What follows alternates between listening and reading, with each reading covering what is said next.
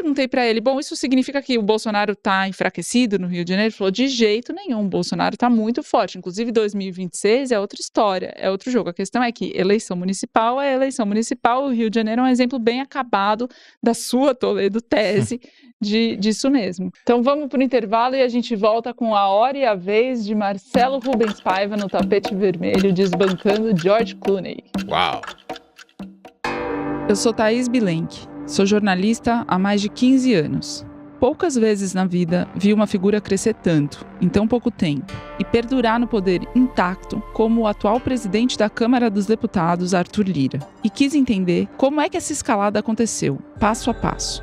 Para isso, fui atrás das origens dele em Alagoas. Essa é a casa do Lira? Isso, da Lira. Bati na porta da casa do pai dele, na Barra de São Miguel, e fui para Junqueiro, cidade onde a família inteira se lançou na política. Aqui está o seio da nossa família, aqui está o berço da nossa política. Nessa série de 5 episódios, a gente mergulha nos anos mais recentes da política brasileira para descobrir quem é o homem que ajudou a remodelar a cena nacional e a relação entre os 3 poderes. O Congresso, o Parlamento, está dando todas as oportunidades para o governo se estruturar de uma maneira racional. É importante frisar que todos têm que entender que o Congresso brasileiro conquistou o maior protagonismo.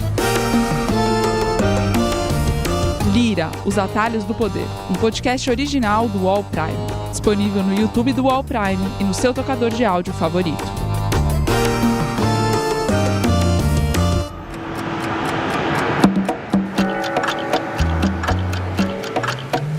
Thaís Bilenque, A Hora e a Vez de Marcelo Rubens Paiva, meu ex-colega de faculdade, para colocar a coisa menos importante da vida do Marcelo. Toledo, você acompanhou o primeiro pico de fama dele em 1982, ele publica Feliz Ano Velho, com base na experiência dele, que deu um mergulho num lago, numa lagoa, e a cabeça bateu no fundo da lagoa, ele perdeu todos os movimentos do corpo aos 20 anos de idade.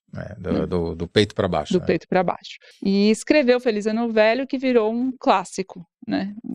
Na época era um hit, assim, ele era de longe a pessoa mais famosa da faculdade, talvez da USP. Para além da USP, né? Realmente o livro foi muito... traduzido em vários idiomas. Virou filme e tudo. Bom, mas aí a vida dele seguiu, ele fez várias outras coisas, peças, roteiros, livros, etc. Casou, teve 2 filhos e sempre convivendo com a mãe. O pai do Marcelo Rubens Paiva era o deputado Rubens Paiva, que foi cassado na ditadura militar, e no dia 20 de janeiro de 1971 foi sequestrado por agentes da ditadura dentro da própria casa. Eles moravam no Rio de Janeiro, no Leblon. Eles invadem a casa dele com metralhadoras, levam o pai preso e o pai nunca mais volta. E o Marcelo tinha 10 anos nessa época, a mãe dele, Eunice, tinha 40 e ficou viúva com 5 filhos. E ela teve que se virar.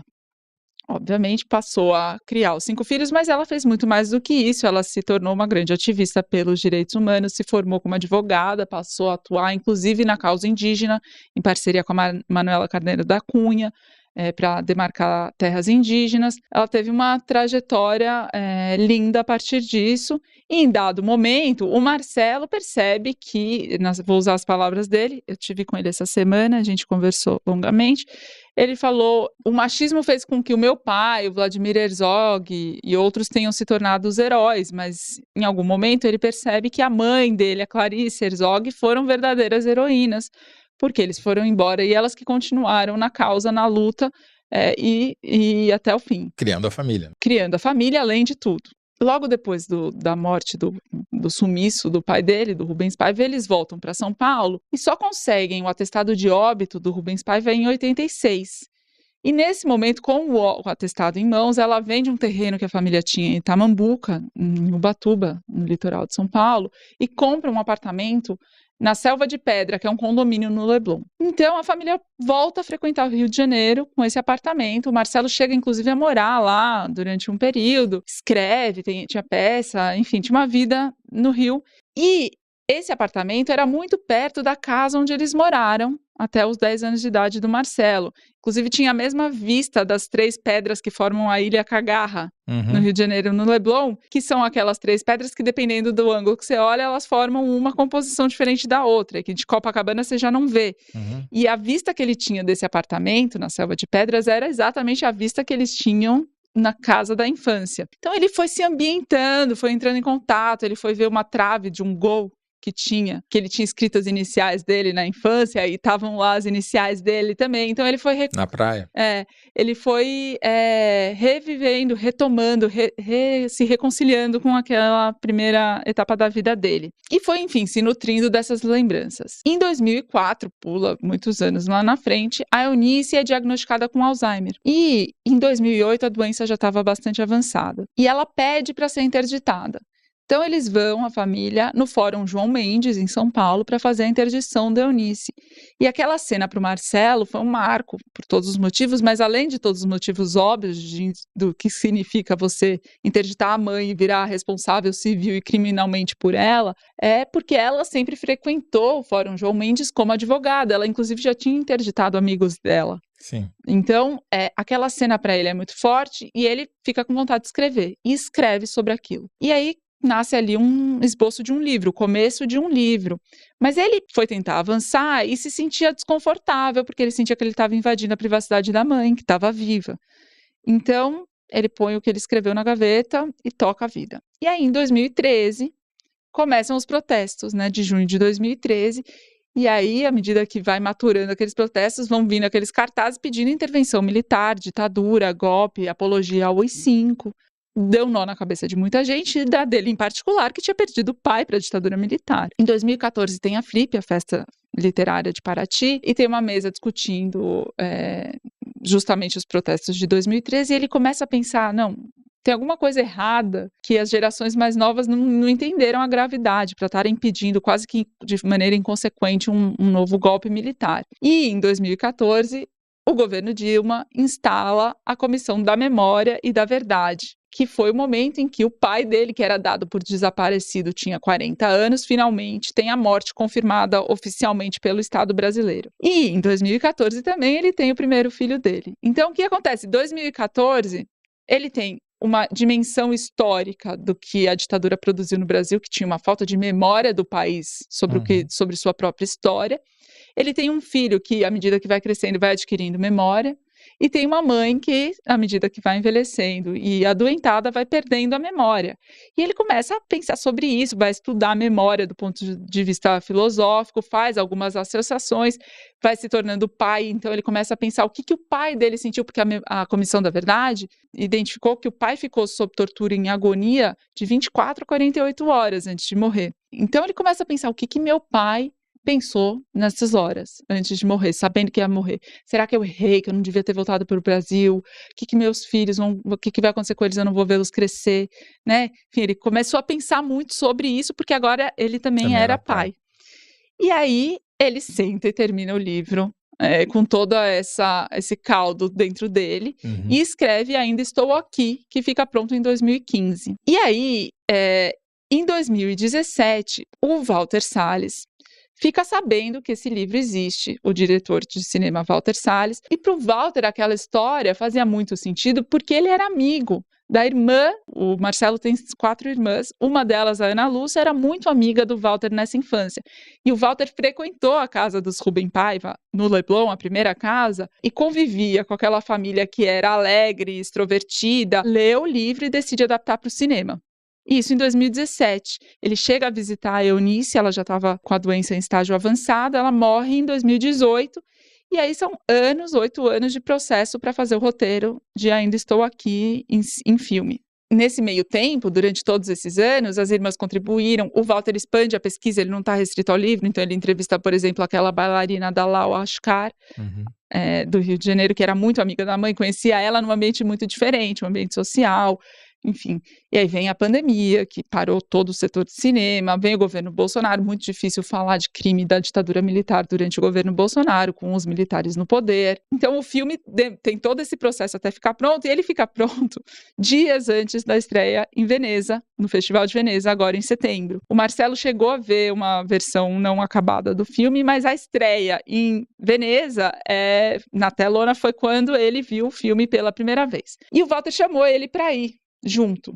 Ele até comenta que em Feliz Ano Velho ele não aparecia nem no cartaz do filme. O Walter chamou ele para ir para Veneza, e o Marcelo convidou a Ana Lúcia, a irmã dele, que mora em Paris hoje em dia, para ir como acompanhante. Mas aí a família toda, a caçula mora em Berna, na Suíça, voou para lá, a Vera estava em Barcelona, voou para lá, o Chico Avelino, que é um sobrinho dele, filho da Vera, como o Marcelo brincou, ele falou assim, se ele precisar, ele entra no bagageiro do avião, mas ele ia estar lá.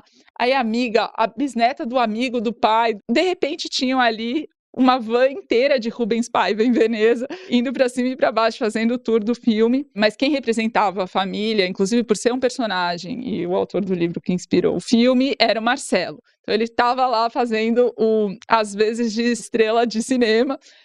No tapete vermelho. Junto com o Walter, a Fernanda Torres, o Celton Mello e a Daniela Thomas, indo para coletivas, desfilando no tapete vermelho, fazendo as atividades de estreia de filme, né, em festival. Durante todos esses dias de festival, na sequência do filme deles, das coletivas, do tapete vermelho, né, do desfile e tal, vinham o Brad Pitt e o George Clooney, que estavam com o filme estreando lá também. E aí era aquela cena toda e tal, mas... Ele passou na frente do George Clooney e do Brad Pitt. Ele passou na frente, deixou o George Clooney pra trás. O George Clooney, coitado, tava com o cabelo raspado, ele falou que ele sempre achou o George Clooney lindo, mas ele tava com o cabelo quase raspado, entendeu? Sei. Então assim, ninguém tava nem olhando pro Marcelo deve George Clooney. Impossível. Quem é Brad Pitt na fila do pão? Imagina. Sabe? E aí, Toledo, o filme é exibido, e aí tem aquela cena pós-exibição do filme que todo mundo assistiu, de 10 minutos de aplausos, né? E o Marcelo e a irmã Ana Lúcia ficaram sentados para a exibição do filme e para esse momento pós, num lugar separado do elenco e do diretor. E aí ele falou que ele chorava, a irmã chorava durante o filme inteiro, o povo trazendo lencinho de papel, porque eles não paravam de chorar. Eu falei, mas por quê, né? Que emoção que era que tinha te pegado? E ele falou que era um sentimento de justiça. Inclusive porque, tipo assim, fazendo justiça à mãe, à história da família dele. E o Bolsonaro, ex-presidente, cuspiu no busto do Rubens Paiva, que tem um busto dele na Câmara dos Deputados. O Bolsonaro, enquanto deputado, tinha cuspido no busto. É uma vingança também da família, né? Dá a volta por cima. Tem essa questão do timing, que é um timing perfeito, nas palavras do Marcelo, porque o filme acabou estreando no momento de ascensão da extrema-direita em vários países, inclusive na Itália, né, onde eles estavam. Então, tinha todo um simbolismo, um ambiente, uma receptividade ao filme que, em outro momento, talvez tivesse um apelo diferente desse. E aí, beleza, foi a glória, né, e tal. Essa semana passada, faz poucos dias, o Ainda Estou Aqui foi escolhido para representar o Brasil no Oscar. Isso significa que ele ainda vai para o Oscar, não é um reconhecimento da academia americana. Sim, pode ser que nem chegue lá, né? Mas foi escolhido. E aí ele tá no ponto de ônibus e fala assim, Marcelo Rubens Paiva, o homem que ganhou Cannes. O filme não estava nem pronto no Festival de Cannes, eles iam para Cannes e não puderam ir. Falou, vai ganhar o Oscar, já tá indicado e tal. E aí ele tirou muito sarro dessa sensação. Mas eu, para concluir, diria que eles já ganharam, né? Não, com certeza, né? A estatueta é deles. É uma delícia as pessoas estarem vindo cumprimentar e estarem torcendo por esse filme. É fantástico. Mas eu acho, de certa maneira, eu vou ter que agora voltar a ter toda hora, né, conversando com alguém e alguém interromper. Faz parte, é legal isso, no fundo, esse reconhecimento. Agora, me ocorre que essa frase, né, que dá título ao filme e ao livro, Ainda Estou Aqui, é uma frase de Eunice Paiva, quando já estava diagnosticada com Alzheimer, né? E é um momento em que ela percebe a doença, mas diz ainda estou aqui, né? Uma afirmação. Para mim, o Marcelo dizendo também, né? Ainda estou aqui por cima do George Clooney e do Brad Pitt. Ainda por cima no tapete vermelho. É isso aí, muito boa, sensacional a história. Parabéns, Thaís Bilenque. Parabéns pro Marcelo, pro Walter, pro Fernanda, pro Celton Mello. Pra todo mundo, pra família Rubens Paiva inteira. Bom, chegou a hora da Horácia. Bom, Thaís Bilenque, a gente tá empatado, né? Tecnicamente chegou empatado. Esse momento, eu diria numericamente empatado, mas tudo bem. E eu queria agradecer a torcida de todo mundo que se manifestou favoravelmente a este pobre apresentador. Ai, como se tivesse alguém. A nação está vibrando ao meu lado. Então vamos, nação. Nação Bilenkers. Vamos lá. Toca a Horácia aí. Opa Toledo, salve Thaís. Quero ver qual de vocês humanos vai sair na frente dessa disputa. Porque, na competição envolvendo a tecnologia, com certeza eu, Horácia, sigo invicta. As frases de hoje foram supostamente ditas pelo candidato à Prefeitura de São Paulo, pelo PRTB Pablo Marçal. Frase 1. Eu vou ganhar no primeiro turno. Agora, o futuro só a Deus pertence. Mas caso meu nome seja uma opção para representar a direita, vou convencer o Brasil todo a fazer o M. Frase 2. Eu, Pablo Marçal, não tenho sonho de ser prefeito e nem de presidente. O que eu tenho é uma missão de contribuir com essa cidade. E eu tenho certeza que hoje o presidente da República tem menos importância do que o prefeito da cidade de São Paulo. Posso começar? Já começou. Eu acho que a primeira frase é do Pablo Marçal. E você?